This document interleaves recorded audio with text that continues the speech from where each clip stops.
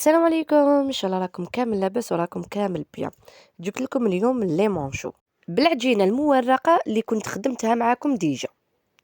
شوفوا كيفاش حمرتهم، جاوني بزاف خفاف وبنان بحشوه تانيت بزاف بنينه.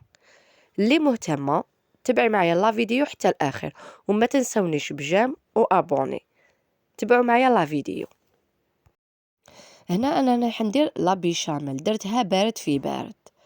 حكمت كاسرونه، درت كاس حليب وزوج مغارف كبار تاع فارينه، باسكو لا بيشاميل اللي نديروها في لي مونشو راح تكون ثقيله ماشي كيما تاع لي غراتا. درنا قرصه ملح ومغرف نص مغرفه تاع زبده، نحطوها فوق النار حتى تتقال هكذا. هنا بعد ما تقالت لنا ديري لها اي نوع تاع جبن يكون عندك.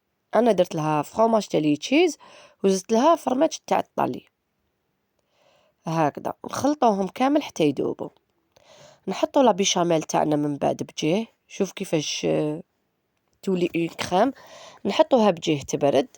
هنا نحكموا لاباط فيتي تاعنا اللي كنت خدمتها معكم من قبل كيما قلت لكم. نرشوا البلان دو ترافاي تاعنا بالفارينه ونبداو نحلو في لاباط فيتي هكذا، نحلوها رقيقه. وبعد نحكموا لا غولات تاعنا، نقسموا العجينه تاعنا على 3.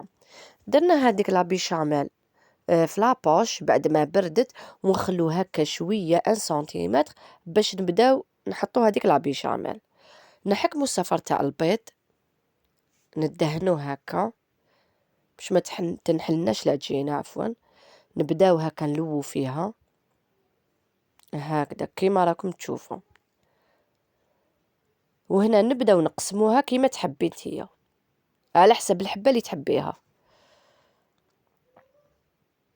نكملو نقسموها كامل. هاي لك هنا بعد ما كملت الكميه نبداو ندهنوهم من الفوق بالصفر تاع البيض، واني نشكل فيهم هكا بالفرشيطه وندخلهم للفرن. هنا بالنسبه للفرن نحطوهم بعيد على النار، نطلعوهم يلو كان للفوق كامل يطيبوا غير بعقلهم. وهنا كي يطيبوا لنا من التحت نزيدو نشعلوا لهم الفرن من الفوق نحمروهم. ولي مونشو تاعنا راهم واجدين. ان شاء الله يكون عجبكم فيديو تاعي تاع اليوم. ديروا لي جيم وديروا لي ابوني، بارطاجيو باحبابكم. نتلاقاو في فيديو جديد ان شاء الله. نقول لكم سلام.